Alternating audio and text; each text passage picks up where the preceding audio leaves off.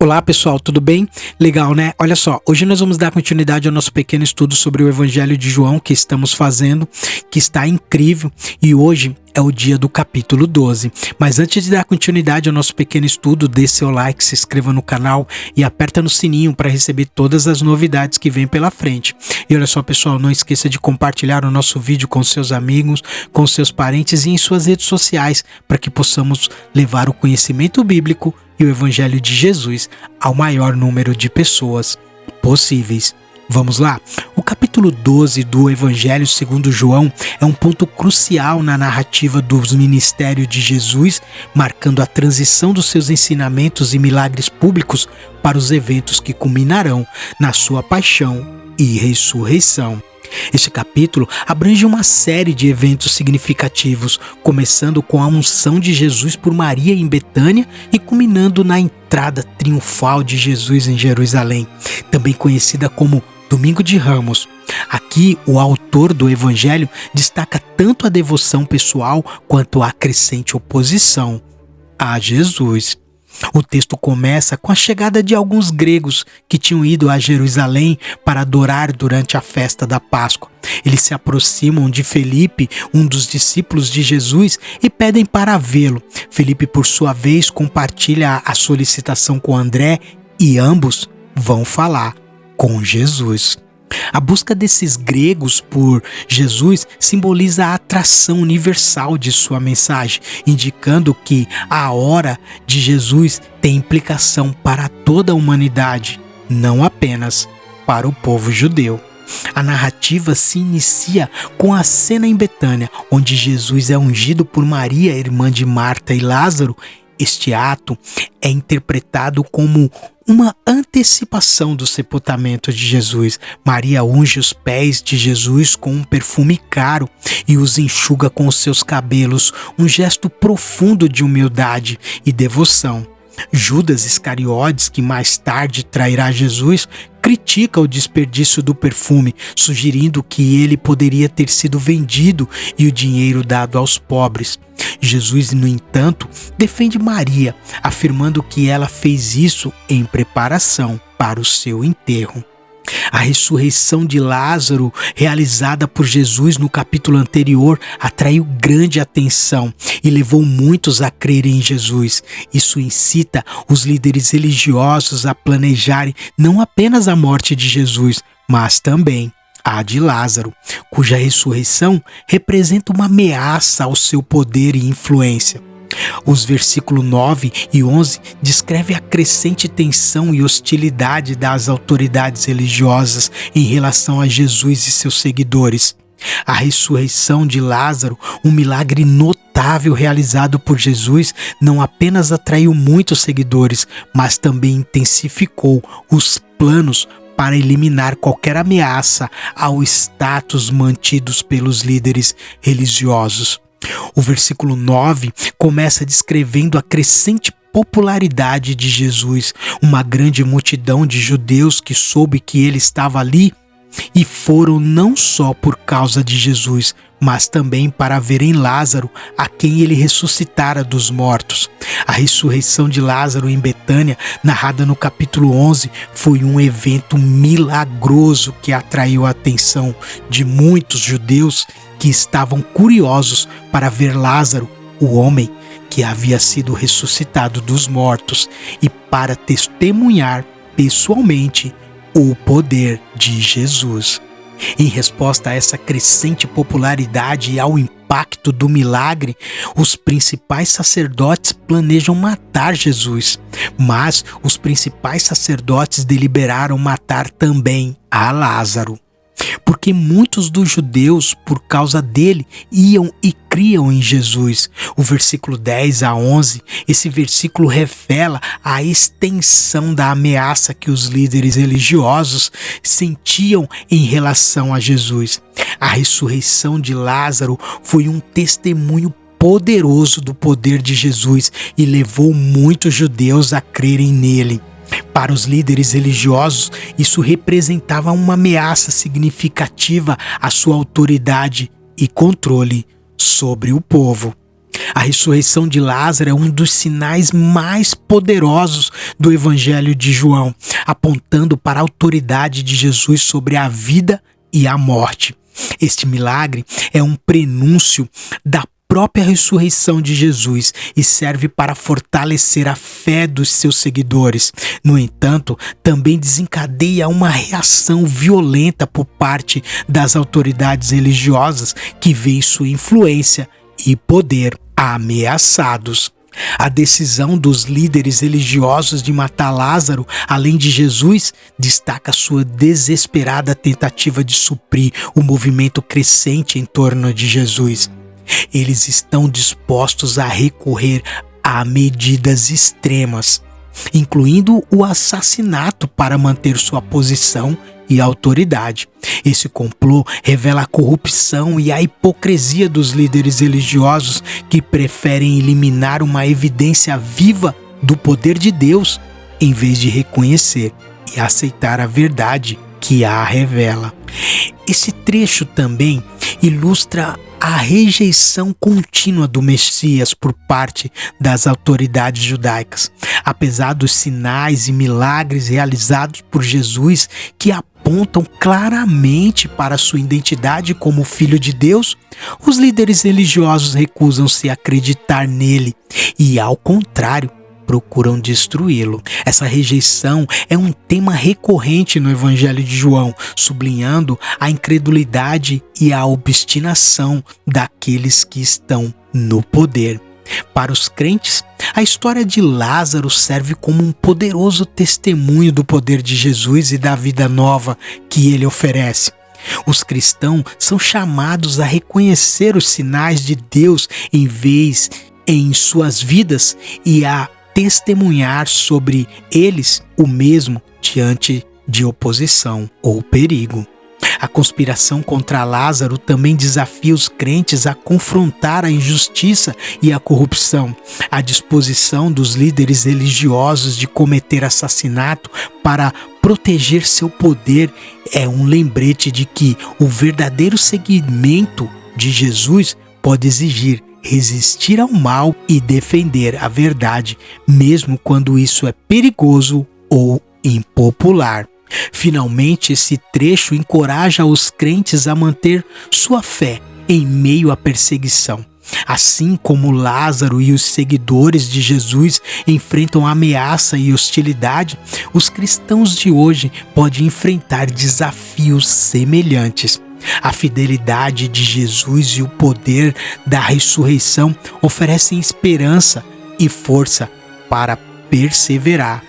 Em resumo, o capítulo 12 de João, do versículo 9 a 11, revela a crescente oposição a Jesus e a extensão a que os líderes religiosos estão dispostos a ir para suprir o seu ministério. Esses trechos destacam a necessidade de reconhecer e testemunhar os milagres de Deus, confrontar a injustiça e manter a fé em meio à perseguição. A entrada triunfal em Jerusalém, descrita no capítulo 12, do versículo 12 ao 19, é um evento significativo no ministério de Jesus, marcando sua apresentação pública como o Messias e Rei de Israel. Este acontecimento, também celebrado no Domingo de Ramos, é repleto de simbolismo e cumpre profecias do Antigo Testamento. O ponto alto do capítulo é a entrada triunfal de Jesus em Jerusalém. Multidões, ouvindo sobre a chegada de Jesus, saem para encontrá-lo, saudando-o com ramos de palmeiras e clamando: Hosana, bendito é o que vem em nome do Senhor, o Rei de Israel. Esta cena cumpre a profecia de Zacarias, capítulo 9, versículo 9, e simboliza o reconhecimento de Jesus como Messias. Contudo, este ato também marca o início das tensões que levarão à sua crucificação. O contexto imediato da entrada triunfal é a crescente fama de Jesus, especialmente após a ressurreição de Lázaro, que atraiu muitos judeus para crerem nele. Jesus e seus discípulos estão se aproximando de Jerusalém para celebrar a Páscoa, uma das festividades mais importantes do calendário judaico. Ao ouvir que Jesus está a caminho de Jerusalém, uma grande multidão sai ao encontro. Eles carregam ramos de palmeiras, um símbolo de vitória e realeza, e clamam: Hosana, bendito o que vem em nome do Senhor, o Rei de Israel. A palavra Hosana é uma exclamativa de aclamação que significa salva-nos agora e é derivada do hebraico. Jesus monta num jumentinho, um gesto altamente simbólico que cumpre a profecia em Zacarias. Não temas, ó filha de Sião, eis que o teu rei vem montado num jumentinho. A escolha de um jumentinho em vez de um cavalo de guerra sublinha a natureza pacífica do reino de Jesus. Ele não entra com um cavalo, como um conquistador militar, mas como um rei humilde e pacífico. A entrada triunfal causa um impacto imediato. A multidão celebra reconhecendo Jesus como o Messias prometido. Os discípulos, no entanto, não compreendem totalmente o significado desses eventos até depois da ressurreição de Jesus. João observa que só então eles percebem como essas ações cumprem as Escrituras. Os fariseus, observando a crescente popularidade de Jesus e a aclamação pública, expressam frustrações e preocupações. Vede que nada conseguis, eis que o mundo vai após ele. Este comentário reflete a crescente tensão entre judeus e os líderes religiosos que veem nele uma ameaça ao seu poder e influência. A entrada triunfal em Jerusalém é um evento repleto de significados teológicos. Ela marca a apresentação pública de Jesus como Messias e o cumprimento das profecias messiânicas do Antigo Testamento. A aclamação da multidão e o uso de ramos de palmeiras destaca Jesus como o Rei de Israel. Mas a escolha de um jumentinho enfatiza a natureza humilde e pacífica do seu reinado. Este evento também antecipa os conflitos que levarão à crucificação de Jesus. A reação dos fariseus evidencia a crescente oposição a Jesus, preparando o terreno para os eventos que culminarão na sua paixão e morte. A entrada triunfal em Jerusalém é um momento de grande celebração e expectativa messiânica, mas também é um prelúdio das tensões que levarão à paixão de Jesus. É uma demonstração do reconhecimento público de Jesus como Rei e Messias, ao mesmo tempo que sublinha a humildade e a natureza pacífica de seu ministério. Ao longo deste capítulo, Jesus fala sobre a iminência de sua hora, referindo-se ao seu sacrifício e glorificação. Ele usa a metáfora do grão de trigo que deve morrer para produzir muitos frutos, indicando sua morte é necessária para a salvação de muitos. Jesus também antecipa a necessidade de ser levantado, uma referência à sua crucificação para atrair todas as pessoas a si mesmo. Jesus responde com uma declaração solene: é chegada a hora de ser glorificado o Filho do Homem. Ele usa a metáfora do grão de trigo que precisa morrer para produzir muitos frutos, para ilustrar a necessidade de sua morte sacrificial. Esta imagem destaca a produtividade e a vida que resultarão de sua morte. Jesus continua dizendo: quem ama a sua vida perdê-la-á, e quem neste mundo odeia a sua vida guardá-la para a vida eterna. Aqui ele chama seus seguidores a seguir uma vida de autossacrifício e serviço, seguindo o exemplo de sua própria entrega. Jesus expressa a sua angústia diante da proximidade de sua hora, mas reafirma seu compromisso com a vontade do Pai. O Pai glorifica o teu nome. Em resposta a uma voz do céu diz: eu já o glorifiquei, e outra vez o glorificarei. Esta voz é interpretada de diferentes maneiras pela multidão, mas Jesus esclarece que foi por causa deles que a voz se manifestou. Jesus então proclama: agora é o juízo deste mundo. Agora será expulso o príncipe deste mundo, e eu, quando for levantado da terra, atrairei todos a mim mesmo. Aqui, Jesus fala do impacto cósmico de sua morte. Ela representa o julgamento do mundo e a derrota de Satanás, o príncipe deste mundo. Sua elevação na cruz será o meio pelo qual ele atrairá todas as pessoas a si, oferecendo salvação a toda a humanidade. O trecho de João, capítulo 12, do versículo 20 ao 36, é um ponto crucial no Evangelho de João, onde Jesus anuncia a chegada de sua hora, referindo-se ao momento de sua glorificação através da crucificação, ressurreição e ascensão. Este segmento contém os ensinamentos profundos sobre a natureza de seu sacrifício, a necessidade de seguir seu exemplo e as implicações para todos os que creem. A multidão responde perplexidade, questionando como o Messias poderia ser levantado se as Escrituras dizem que Cristo permaneceria para sempre.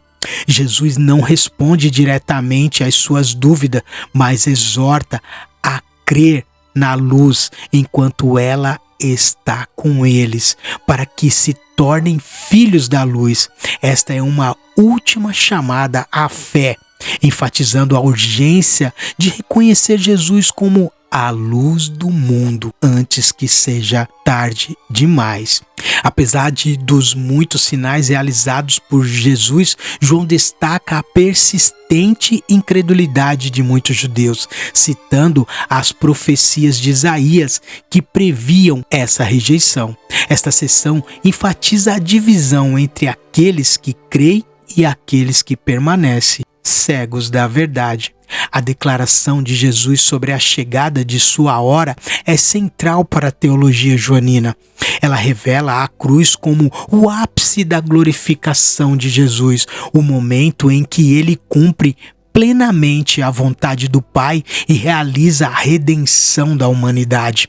A metáfora do grão de trigo que morre para dar frutos enfatiza o princípio de vida através da morte que está no coração do Evangelho. Além disso, este trecho destaca o alcance universal da missão de Jesus, a busca dos gregos por Jesus e sua declaração de atrair todos, e se indicam que a salvação oferecida por Jesus transcende barreiras étnicas e culturais, sendo destinadas a toda a humanidade. Em resumo, João 12, do 20 ao 36, encapsula a profundidade do sacrifício de Jesus e o impacto transformador de sua morte e ressurreição. Ele chama os crentes a seguir seu exemplo de autossacrifício e a viver na luz de sua revelação, sublinhando a natureza inclusiva e universal do Evangelho. Os versículos finais do capítulo 12 do Evangelho de João são um resumo e sua reafirmação da missão de Jesus. Aqui, Jesus faz declarações profundas sobre sua identidade, sua relação com o Pai e o propósito de sua vinda ao mundo.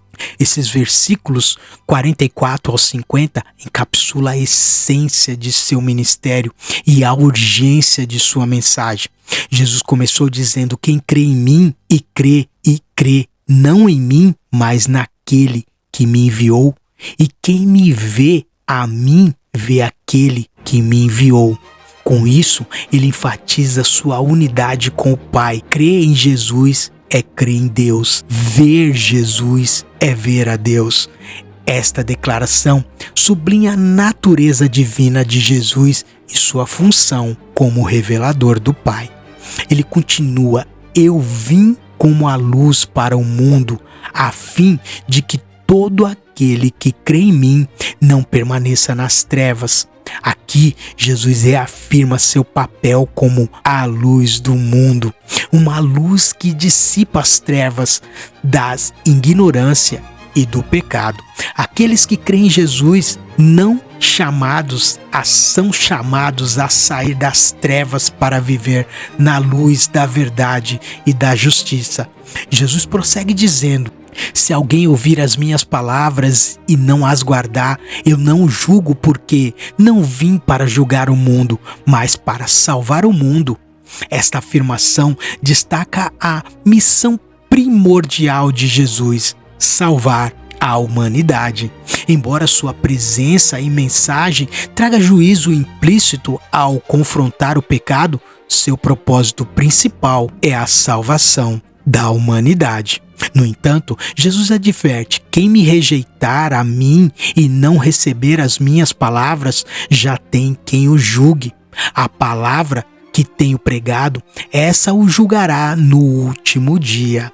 Assim, a rejeição de Jesus e de sua mensagem resulta em juízo. A palavra de Jesus, que oferece salvação, também serve como critério para o julgamento final daqueles que o rejeitaram. Jesus finaliza suas declarações afirmando a origem divina de sua mensagem: porque eu não tenho falado por mim mesmo, mas o Pai que me enviou, ele me deu o mandamento sobre o que hei de dizer e sobre o que hei de falar. E sei que o seu mandamento é a vida eterna. Portanto, o que eu falo exatamente como o Pai me disse. Estas palavras sublinham que a autoridade de Jesus vem diretamente de Deus Pai. Ele fala não por iniciativa própria, mas como um enviado que transmite fielmente a vontade de Deus. Os versículos finais, João 12, encapsula a missão de Jesus de várias maneiras importantes. Jesus destaca sua unidade com o Pai, afirmando que quem crê nele e crê em Deus e ver Jesus, ver a Deus, isso reforça a doutrina da Trindade e a divindade de Jesus. Jesus se apresenta como a luz que traz clareza, revelação e salvação ao mundo, chamando a todos a crerem nele e saírem das trevas. Embora Jesus venha para salvar a humanidade, uma dimensão inevitável do julgamento para aqueles que rejeitam sua mensagem. Isso enfatiza a seriedade de aceitar ou rejeitar Jesus. Jesus reafirma que sua mensagem e autoridade são divinas. Ele fala e age sobre o comando do Pai, garantindo suas palavras são verdadeiras e conduzem à vida eterna. Para os crentes, esse trecho de João 12 serve como um lembrete poderoso da centralidade de Jesus na fé cristã. Ele não é apenas um profeta ou mestre, mas é o próprio Deus em forma humana, trazendo a luz da verdade e a oferta de salvação. Rejeitar essa oferta é rejeitar a vida eterna.